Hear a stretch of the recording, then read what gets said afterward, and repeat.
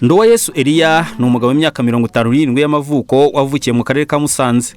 Avuga ko yakuriye mu buzima bugoye aho umututsi yafatwaga nk'utari umunyarwanda nk'abandi, ibyaje gutuma ahunga igihugu akiri muto. Mu myaka ya za 80 ngo nibwo yagarutse mu Rwanda n'ubundi ubuzima bukomeza kugenda nabi aho bwaje kuba bubi cyane mu myaka ya za 90.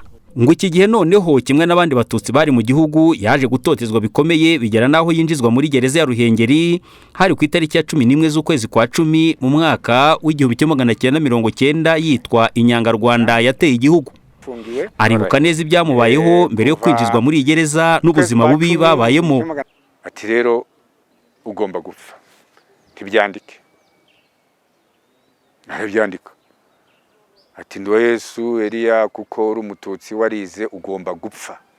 Ati niko amategeko y'u Rwanda uru Rwanda avuga. Ati niko twabitegetse. Okay.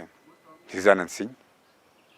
Ndasinya nti niba ariko amategeko y'uru Rwanda, ubwo nabona ko atari u Rwanda rwanjye, y'uru Rwanda ndimo ariko abitegeka, ndandika ko ngomba gupfa.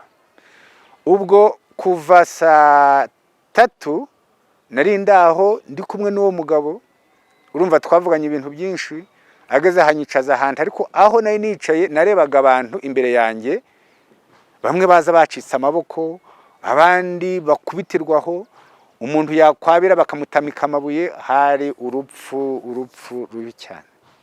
Ati icara urebe ibyo turi gukora. Ati nawe ni kuri buge niko biri bube.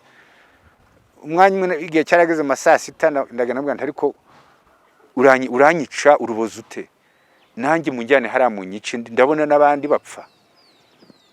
Ati uretse wowe urapfa isaha twabiteganyijeho. Muri make twariko mbabwira uko nageze ahantu twasanzemwe abantu bamenaguye imitwe, bamenagura amaguru, bamenagura, kandi hari nabandi bazanaga bakadupfira imbere yacu. Ubuzima twari turimo bwari bubi. Ari ahantu hafite nka metero 25 turimo turenga abantu 300. Urumva nta nukugira twagiragamo gasanga n'umuriro, nta dirishya, ntaki, ubwo avanagamo icyo akantu wambaye ugashira hariya. Ubwo twamazemo igihe twamazemo abanyururu batuzaniraga udushimbo twari duke cyane. Twari dushimbo ushobora no kubara tutarenze 25, wadusheraga hano rwose ukatubara. Ariko hejuru y'ibishimbo batuzaniraga imiti, sinzi iyo miti niba ari imiti mezite, kuko wasanga twarabyimbye. Situzi ibyo binini baduhaga, kuko baduhaga uturyo duke, ukumva buri gihe ntambara gufite, ukumva ushaka kuruka, bakazana umuganga ngo akubaza ati nibiki urumva umeze ute. Kavuga ati rero ukamubwira nyine urumva umuntu utarya ababara hose, akagupakira ibinini. Ubwo ibyo binini byo twafatanyaga n'utwo dushimbo baduhaga saa 8. Ni rimwe gusa batuzanaga saa 8. Kuko icyo gihe nge nari umuyobozi w'abagenzi banje bari barantoye ngo mbayobore aho muri gahunda, kuko no muri gereza twasabaga Imana, twebwe tuti ibyo byose turimo, ariko Imana nyir'ijuru ne waremye byose, twapfa twakira ariko turakwizerana n'uwo munsi tukiyizera. Barambwiye bati rero turi gucukura icyobo haruguru hariya hafi ya kaburimbo, aho mwebwe abavuga ngo mwebwe mwize, kuko biragaragara yuko bagitegura ibyo abantu b'abasaza bose bo muri aka gace, nubwo dufungurwa aribo bambere bishe, barabafunguye. Abasaza, abantu bose babona ko ntacyo bashobora kumara, ariko umuntu wize akaba umusore yasigaye umu. Bigeze ku munsi maridi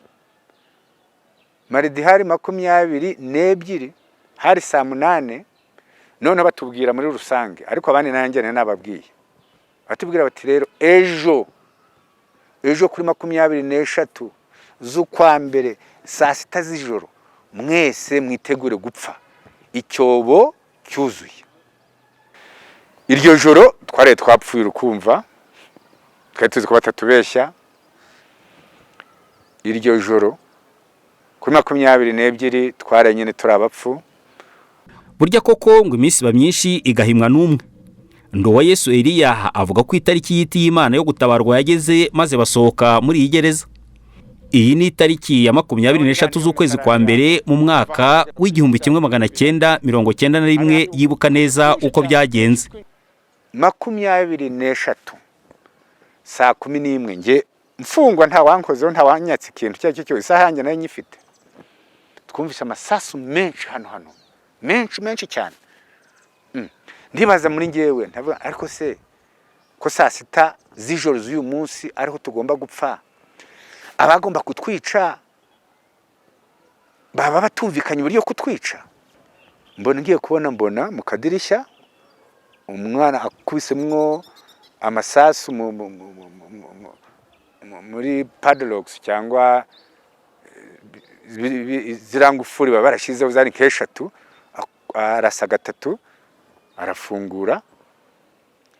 Yari agasore k'imyaka nka 20, ahita avuga ati musoke, ntaraga icyo mubaza, musoke ndi inkotanyi turabafunguye. Mutwanye ndavuga nti rero ndajyana n'inkotanyi. Nguko uko Nduwayesu yajyanye n'inkotanyi abana nazo kugeza urugamba rwo kubohora igihugu no guhagarika Jenoside yakorewe Abatutsi rurangiye atahuka mu gihugu cye. Cyakora ngo nubwo yasanze bamwe mu muryango we barishwe ntibyamuciye intege. Kuri we ngo cyari igihe cyo kugira icyo akora maze yinjira mu burezi atyo. Ariko mu gutahuka twasanze imiryango yacu yararimbutse. Ntabwo byari ibintu byoroshye, byari hungabana rikomeye cyane, na n'uyu munsi iracyaturimo ntirashira. Ariko twahisemo kubaho rero ni ukubaho n'abandi bakabaho. Mu buzima bwanjye rero natekereje ni iki nakora kugira ngo mbeho n'abandi babeho. Nagomba kwishyura, nari mfite umwenda kuva muri gereza iri inyuma yanjye mureba hano. Hari abatanze amaraso yabo, hari abatanze ubwenge bwabo, hari abatanze igihe cyabo, hari abavuye ku kazi kabo iyo bari kugira ngo ngewe mbeho. Niki ngewe nzasigira igihugu? Mu byo nahisemo uburere n'uburezi. Uburezi ni urufunguzo rw'iterambere iryo ari ryo ryose. Uburezi ni inkingi ya mwamba ituma abantu biyubaka. Kuko mvuga uburezi mbufatanya n'uburere. Mwarimu wirwana n'abana akabaha uburere, akabaha n'ubumenyi, kuko ubwo bumenyi bwo butuma bakora n'ibindi. Uburezi rero ni byose.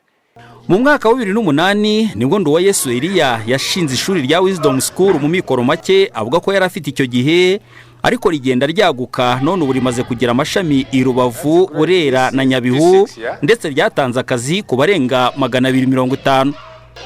Baba abana biga muri iri shuri, baba abakozi barikoramo imirimo itandukanye, bagaragaza akamaro ribafitiye. Twize ibihe byaranze u Rwanda nka Jenoside, intambara yo kubohora igihugu. Yego. Ku mateka ya Jenoside babigishije iki se? Twize icyateye Jenoside, twiga wenda ingaruka zayo haba ku bukungu bw'igihugu, abaturage, twiga ingaruka zayo ku ishusho y'u Rwanda, twiga uburyo yatangiye, uburyo yashyizwe mu bikorwa. Twabonye akazi ari yari kaduhaye. Ubwo twari dusanzwe duhinga, babona ko turi abahinzi, baratubwira ati muze tubaha akazi, barakaduha. Cyane nuko iyo turangije gukora nta na rimwe duhogomba ku mafaranga, mbese dukora twayabonye. Tuba twizeye yuko iyo twakoze gutya tuba tuzi ko turarya. Naje nkirangiza ishuri mu mwaka wa 2010, ngezemo hano nyuma y'imyaka 2 yaramfashije, arambasha gukomeza kaminuza. Narangije kaminuza mu mwaka wa 2017, ndangiriza muri Ines. Nyuma y'iyo myaka ndangije muri Ines, nubatse urugo, ntabwo nkondesha, ndubatse mfite iwanjye, kandi nabifashijwemo n'akazi yampaye. Nduwayesu Elia asanga kugira ngo ibyagezweho birambe, bisaba ko abariho ubu n'abazavuka mu bihe biri imbere baharanira kubaka umuntu ufite intego, kugira ngo hazakomeze gusigasirwa ibyagezweho. Nuko twebwe uyu munsi tuza amateka yacu twayabayemo, n'urubyiruko abana bacu tugomba kubategura kugira ngo bubake igihugu kizagira amahoro, kandi amahoro araharanirwa burya ntapfa kuza. kandi kugira ngo amahoro yabone ni ukuyubakira. Kuyubakira nta kindi ni ubumwe. Ndasaba abanyarwanda bose n'umuryango nyarwanda rwose iki gihe cyo kwibuka kitwibutse ibyabayeho, ariko bidutere imbaraga zo kubaka ibindi bikomeye cyane bidashobora gusenywa. Kandi kubaka ibikomeye ni iki? Ni ukubaka umuntu. Reka abanyarwanda bose mbasabe rero tugire intego imwe yo kubaka igihugu cyiza, igihugu cy'amahoro, igihugu cy'umutekano, kuyu mutekano dufite uyu munsi. Kuri ubu Nduwayesu Elia arubatse, afite abana 4. Kuva mu mwaka wa 2012 Wisdom School yashinze imaze kurangizwamo n'abana barenga 1000, ndetse iri shuri rikunze kwegukana ibihembo mu marushanwa mpuzamahanga. Uwimana Emmanuel, Televiziyo y'u Rwanda mu karere ka Musanze.